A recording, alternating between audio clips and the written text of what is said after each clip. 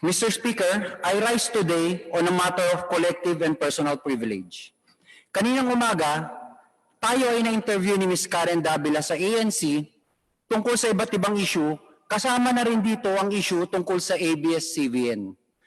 Sa gitna ng ating interview, isa sa ginawa kong halimbawa ay ang naging issue noon kay Deputy Speaker Paulo Duterte kung saan nasira ang pangalan niya at ng kanyang pamilya dahil sa mga balita sa media na hindi naitama at hindi po totoo.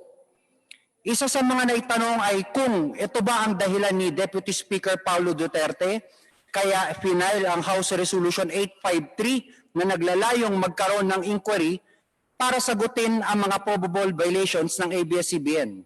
Sinagot ko po na siya hindi. Pero ako, yun ang dahilan.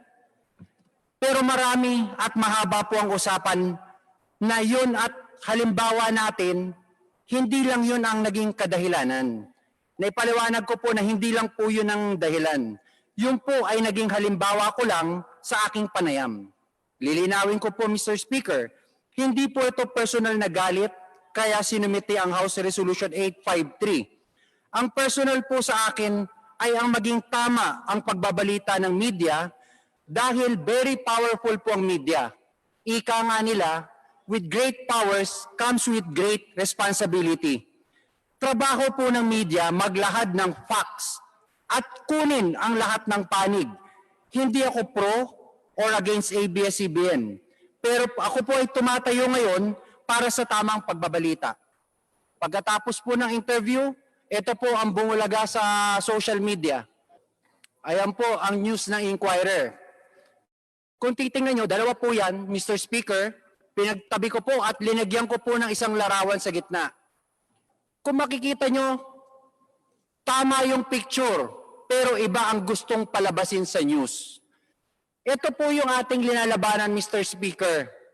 Ito po yung ating sinasabi na pag tayo ay magbabalita, dapat po sana kunin nila ang side nung kanilang ikinukot. Sila po, baka nakinig lang sila sa ANC at gumawa na po sila ng balita. Pero bilang media, bilang journalist, trabaho po nila kunin ang panig. Okay, ang sinabi po dito, Solon admits personal reason in seeking probe in alleged ABS-CBN franchise violations. Hindi po nila ako tinanong kung ito ba ay personal sa akin o ano po ba to. Sila po ay naging parang isang chismoso lang po sa palengke na nakarinig ng chismis at hindi po binalidate. Bakit po naging personal sa akin to? Ang sinasabi ko po sa ANC, kaya po personal to, hindi po yung kay Paulo Duterte. Yung po ay halimbawa. Ang personal po sa akin ay yung masisira mo ang buhay ng isang tao na ire-report mo ang mali at hindi tama. Pagkatapos, hindi mo na babawiin yun. Yun po ang personal sa akin. Kaya ako nag-file ng House Resolution 853 dahil gusto ko pong matuldukan ang maling practice ng ilang kasamahan natin sa media na basta-basta magre-report ng hindi totoo, allegations, at hindi na po itatama. Marahil ito po siguro ang mabenta, mas maraming like, mas maraming views at shares. Pero Mr. Speaker, paano naman po yung mga pamilya? Paano naman po yung mga mahal sa buhay na mga nasira dahil po sa maling pagre-report? Hindi po ba sinasabi nila 11,000 employees ang sinasang-alang-alang ng ABS-CBN? Pero ang sa akin naman po dito, sinabi ko rin kay Ms. Karen Davila na paano po yung daan-daan libong taong apektado ng maling pagbabalita?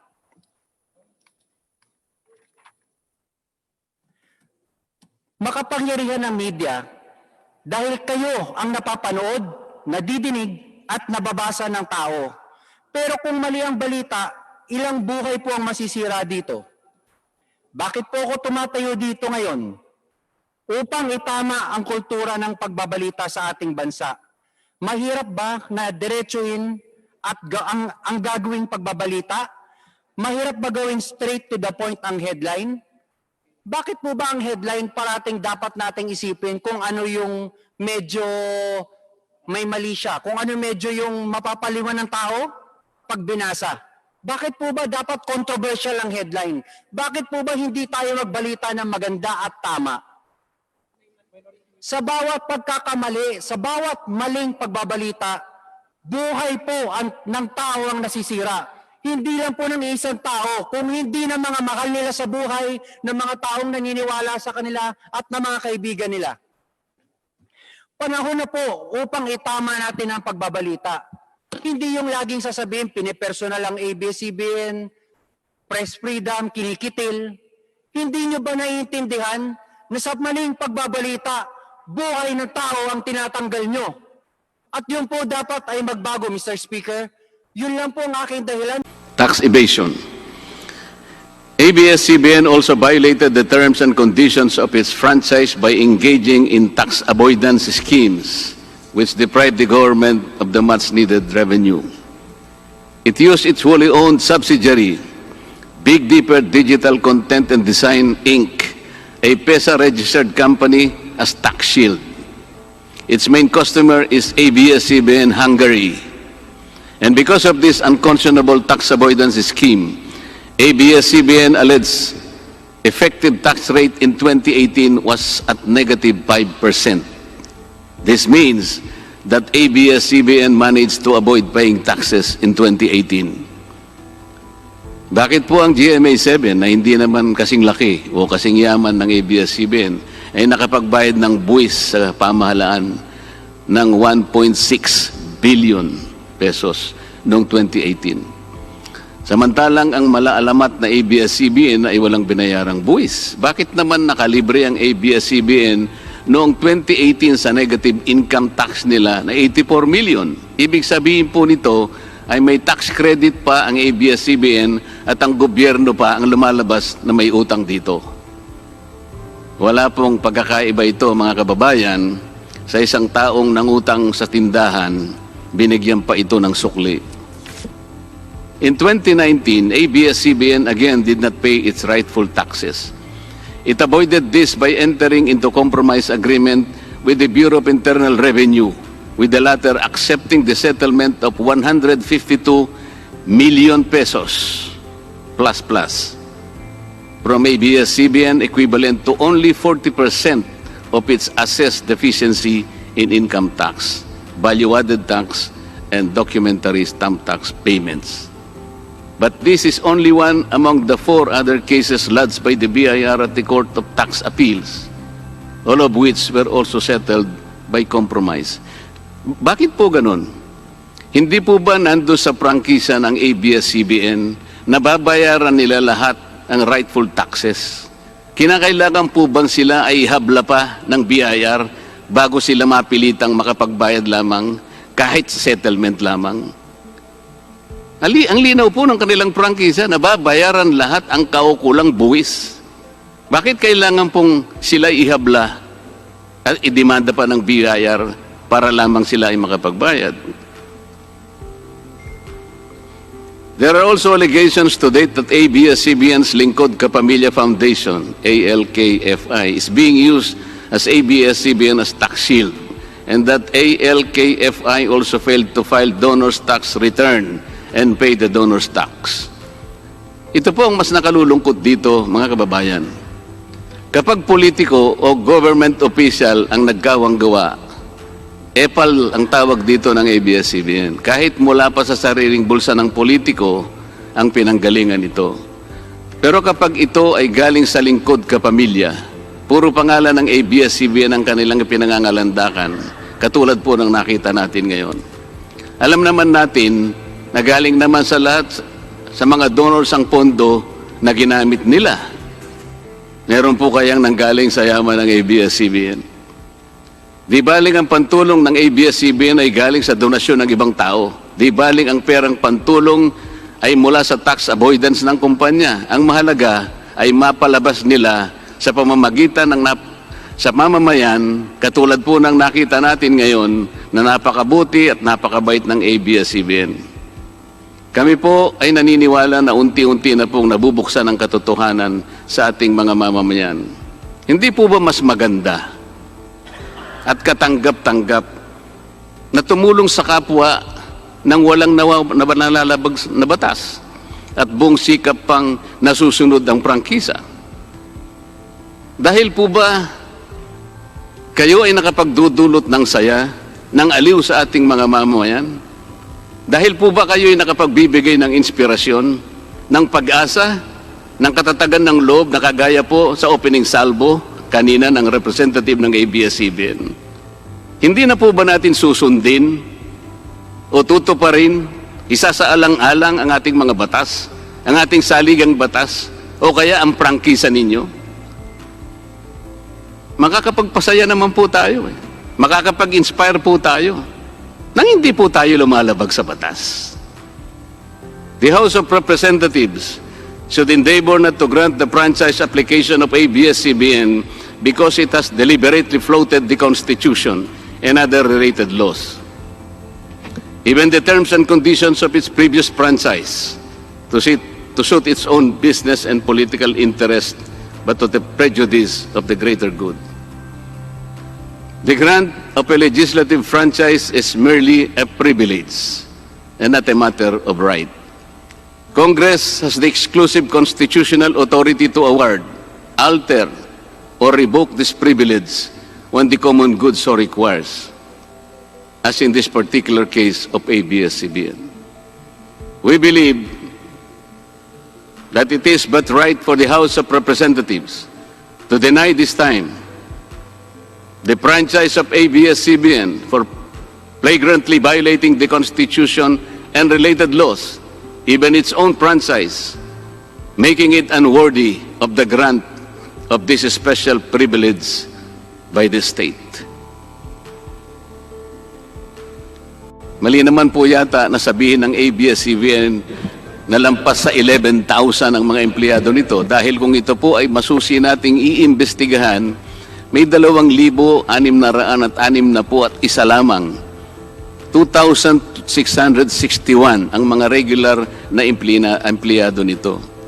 Ang karamihan po o mahigit na 8,500 na kawani ng ABS-CBN ay tinagurian nilang independent contractors or talents, project workers at contractuals lamang, kahit na pang-regular na empleyo ang trabaho nila.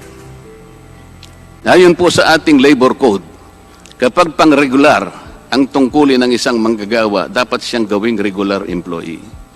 Hindi dapat contractual.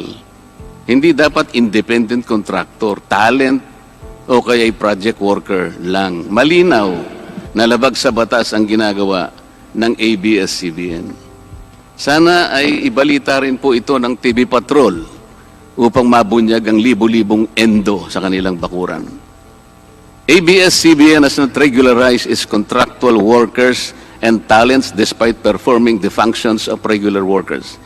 It even forced some of its workers to sign employment contracts containing waiver of the right to regularization. And those who refuse were unceremoniously terminated from work. ABS-CBN has subcontracted most of its production work to subcontractor production companies. Lagot Jason at Jobert Sukal dito, binanatan na naman ng ABS-CBN mga nakakagulat na revelasyon. Naging usap-usapan ang naganap na hearing sa Senado kahapon kung saan isa-isang inilantad ni Representative Rodante Macoleta ang mga violations o mga paglabag raw ng ABS-CBN sa batas, tulad na lamang ng US citizenship ni Gabby Lopez, kung saan ayon kay Representative Macoleta, by the time na pagmamayari raw ni Gabby Lopez ang ABS-CBN ay isa raw itong US citizen during the Cory administration, at noong 2002 na lamang daw ito nabigyan ng Filipino citizenship.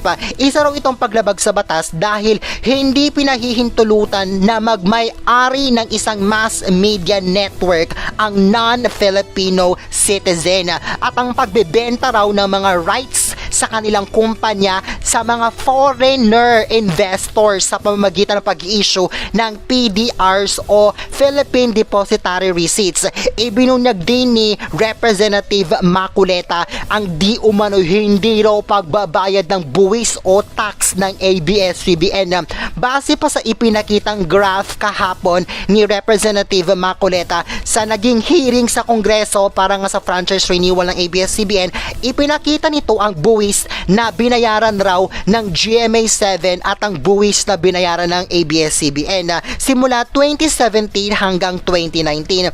Makikita rito sa graph na ipinakita ni Representative Maculeta sa 2017 nagbayad raw ang GMA ng 1.09 billion pesos na tax, samantalang ang ABS-CBN ay 421 million lang daw. Sa 2018 naman, makikita na nagbayad raw ang GMA ng 1.08 billion na tax, samantalang wala raw binayaran na tax ang ABS-CBN at nagkaroon pa raw ng negative sa tax ng ABS-CBN. Nagbigay pa ng halimbawa rito si Representative Maculeta na ang ABS-CBN raw noong 2018 ay hindi nagbayad ng tax at nagkaroon pa raw ng utang ang gobyerno rito na para raw itong nangutang ka sa tindahan at ikaw pa ang binigyan ng sukli. Makikita naman sa 2019 na nagbayad ulit ang GMA7 ng mahigit 1 billion pesos na tax, samantalang 152 million lang daw ang binayaran na tax ng ABS-CBN. Sinabi rin ni Representative Rodante Maculeta na hindi raw totoo ang sinasabi ng ABS-CBN na meron raw silang 11,000 empleyado dahil ang katotohanan raw dito pag ito raw ay masusing iimbestigahan, nasa 2,661 lang daw ang regular employees nito at ang iba naman ay non-regular o contractual lamang daw. Dito sa